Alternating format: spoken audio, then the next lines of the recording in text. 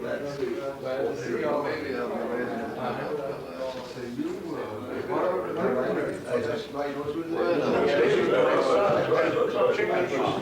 I got enough.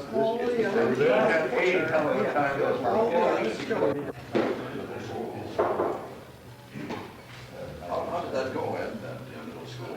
Your sideburns go down a little bit, right? They won't go. You're on camera. Well, this is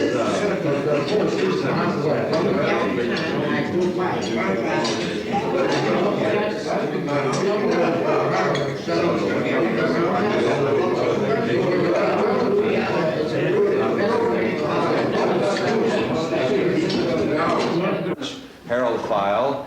I think all of you know Harold well enough to know of his service to the Rofan Club as its president in one of the years in the early 60s, and I remind those of you who were not members at that time and who have the yearbooks to read the presidential address of Harold Feil, which was a biographical sketch of Dr. Ackley, who owned this house in the middle 19th century, and much of his address, too, of course, gives you some of the history of the house, and I think every member of Rofan should be acquainted with that particular document. Dr. Feil told me, and I hadn't realized this, his medical degree is from Ohio Wesleyan. It says Ohio Wesleyan on it, but he was a student at Ohio Wesleyan Medical School at the time it became a part of Western Reserve Medical School. He attended actually both schools, but his diploma does say Ohio Wesleyan. Dr. Feil, of course, as all of you know, has been a distinguished physician in the community of Cleveland all of his life, and we are proud, and of course, to include him as part of our Friday lunch group, and we welcome him back today to speak on Stephen Laycock. Dr. Feil.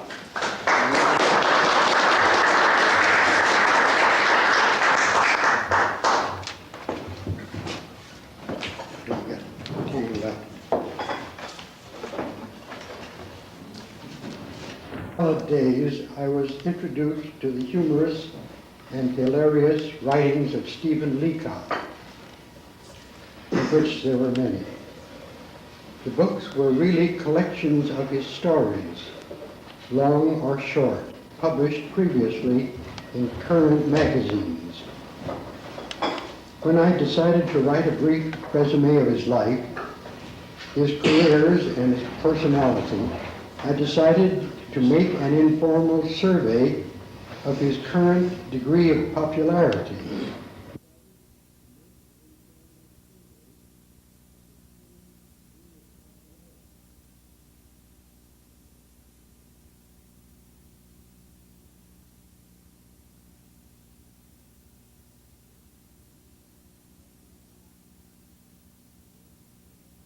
I was born in Bay Shore, Long Island, June 26, 1889.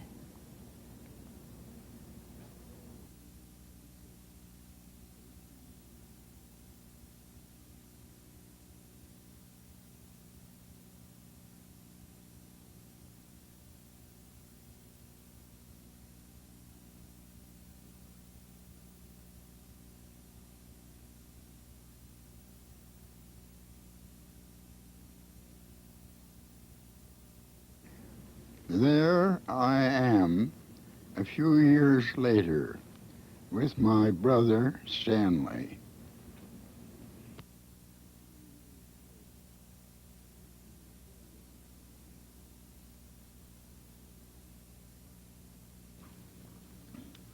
Time marches on.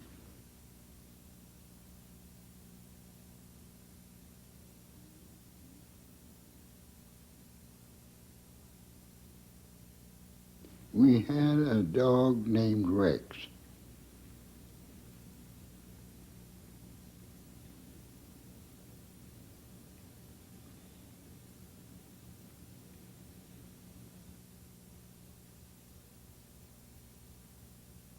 Dressed elegantly.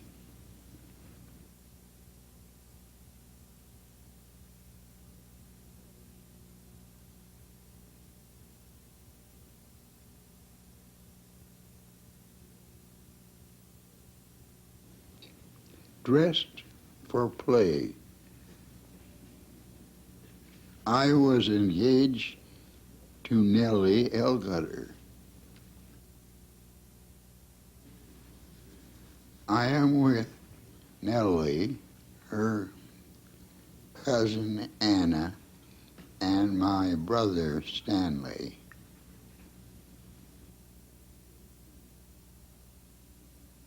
My research writing started in 1915.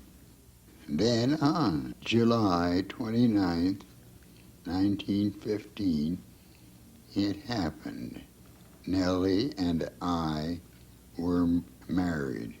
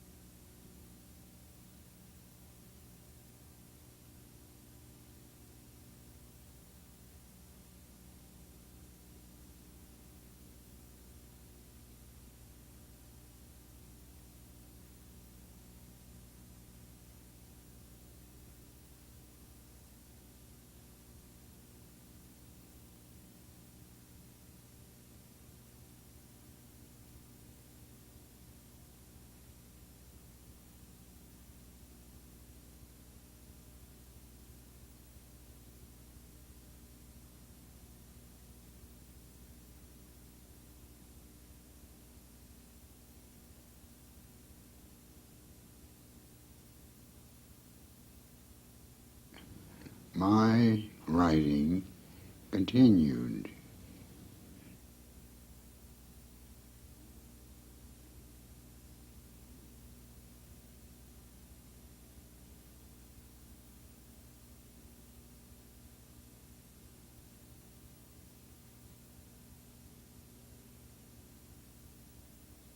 World War I, and I entered the Army Medical Service.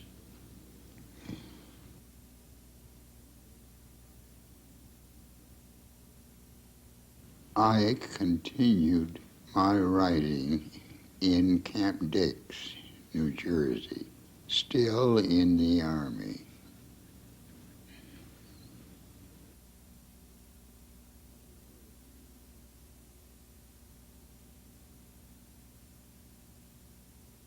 In 1920, Nellie and I went to England, where I studied electrocardiography with Sir Thomas Lewis. And in 1920, George Feil was born in England. Back in the USA, more writing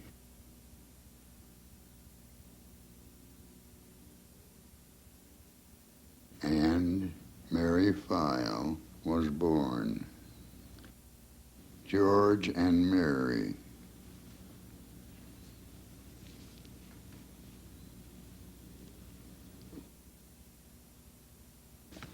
Then in 1924, more writing and more babies.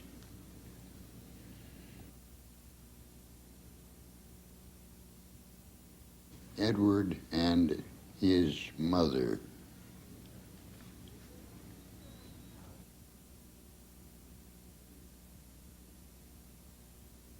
We built an English Tudor house in 1924, inspired by our visit to England.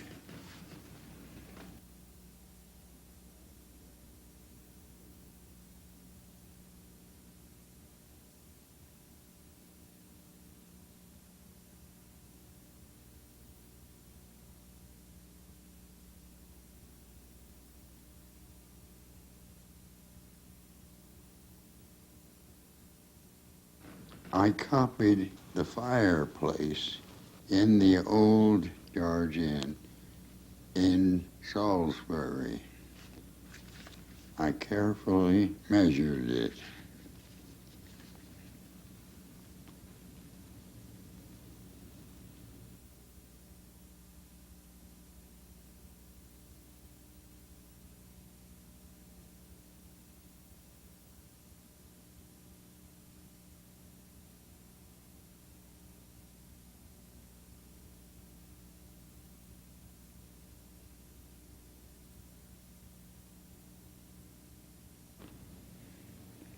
On a winter day,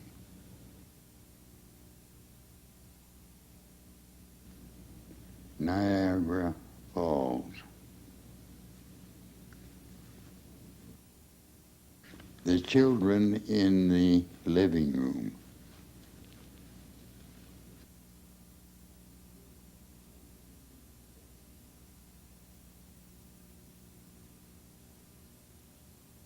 I continued my research.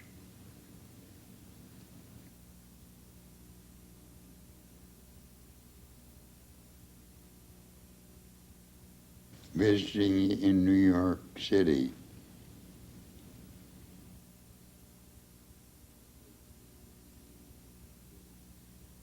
Less scientific work.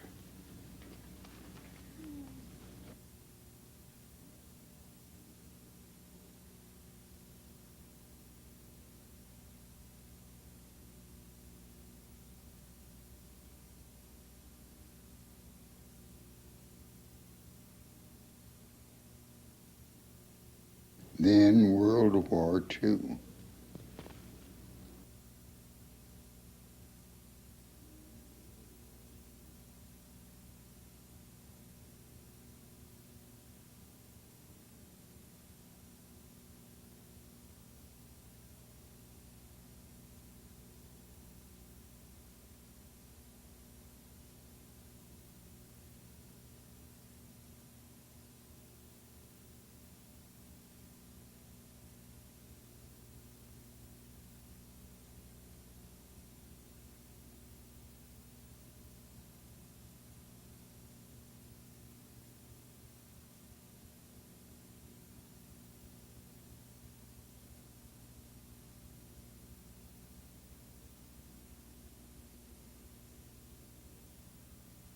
Reading electrocardiograms.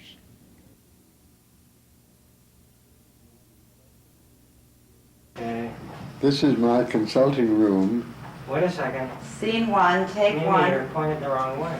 Scene one, take one, Dr. Feil. This is my office where I interview patients previous to the examination. And on the walls are pictures of the foxglove digitalis, most of which came from herbals going back several hundred years. One picture is a photograph of digitalis from my garden, taken by Mr. Edward Feil. And also this one over here is digitalis purpurea, the purple foxglove, also from my garden. And another picture here, also from my garden. This is digitalis lanata, L-A-N-A-T-A. Both of these types of digitalis are used for certain types of heart disease. And this is the oldest one and goes back to the 16th century, perhaps the first herbal by Fuchsius, F-U-C-H-I-U-S.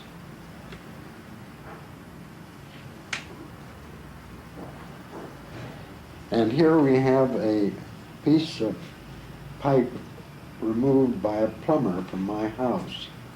Wait a second. Okay. Scene one, You. No. Roll two. take one. This is a piece of pipe from my home removed by a plumber replacing it with a copper pipe. And this shows very much the same changes that occur in the coronary arteries, the seat of disease, angina pectoris and myocardial infarction, and shows the deposit of calcium, and in the human heart it would be cholesterol. And the water can't flow through this pipe readily and normally, and blood cannot flow through the arteriosclerotic human coronary artery, interfering with the nutrition of the heart muscle. I'm going to ask another question. Would you tell us about the heart that's there? Oh, yes. And the beef heart? This is a plastic heart used for illustrating the anatomy of the human heart. Human heart is just about that same size. And this is a injection of a human heart. The red, the arteries, and yellow, the veins. And that came from a slaughterhouse? No, this did not come from a slaughterhouse. Well, that's a human heart. No, this is a human heart. See, it says human heart. Can you tell us how you went to the slaughterhouses, how you came to... Well, I did that when I was studying the nervous system of the heart. And I would get specimens of beef heart and then inject the nervous system of the beef heart, showing the electrical spread preceding the contraction of the heart muscle.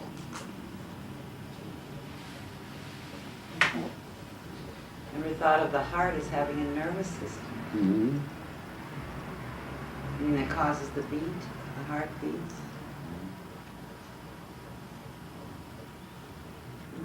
Cut.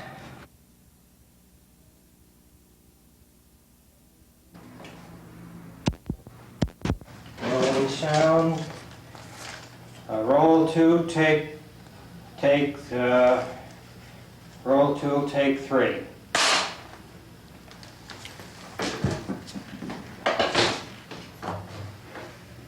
Okay, would you please type?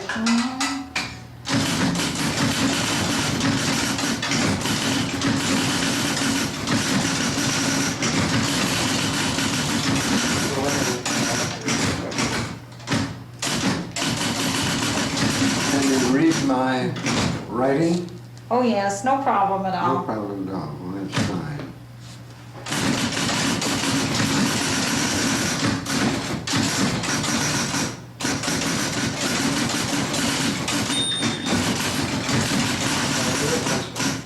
Pardon me? Great.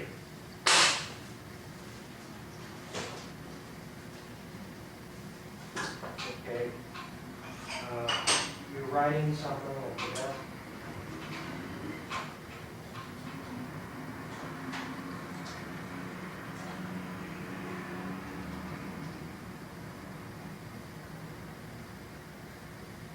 Okay, now go.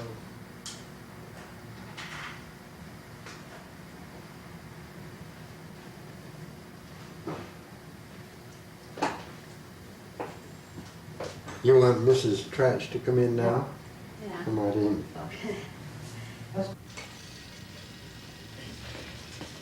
Scene 4.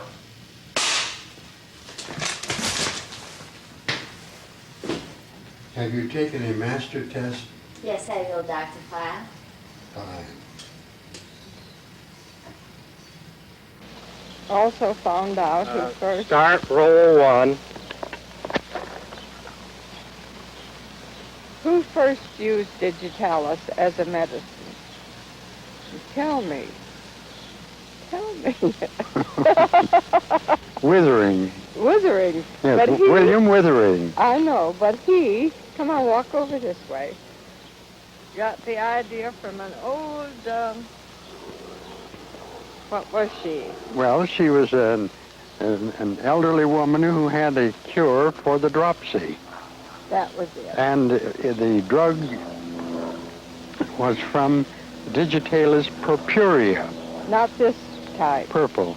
Now this is the Digitalis ambigua, called ambigua because it is uncertain as to whether or not it is related to the Digitalis purpurea or the Digitalis lanata, because this plant has the leaves of the lanata and the flowers of the purpurea. But it's Therefore, it is called Digitalis ambigua.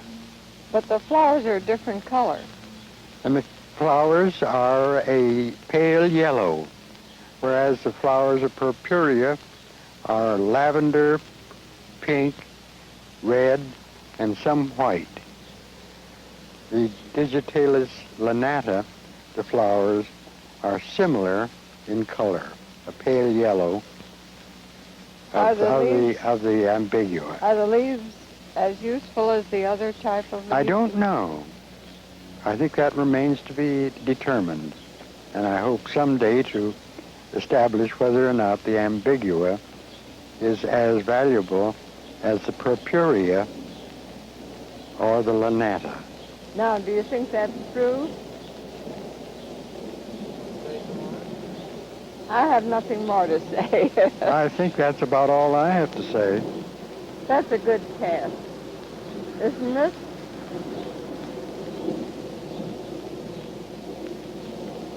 It blooms in the spring, tra-la. Yes, in June and July. And doesn't flourish in cold weather. And also, the ambigua is a perennial, whereas the lanata and the purpurea are biennials. Enough. Well, that's it.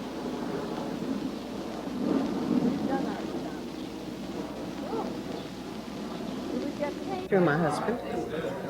How long have you known him? For more than 50 years. What's the best thing That's a about long Mark? time, isn't it?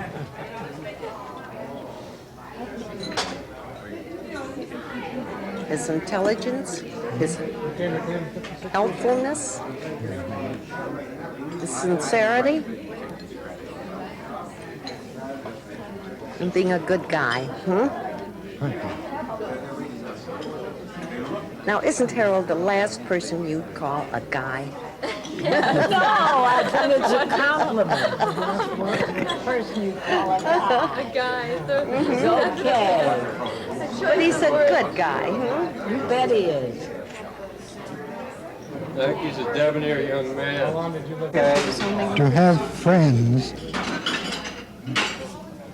at the age of 90, you'd think that perhaps they would have found you out.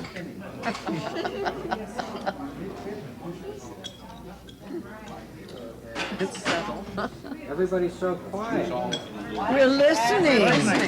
Yes. Why don't we go down the table and everybody say something? They're asking for a question. Huh?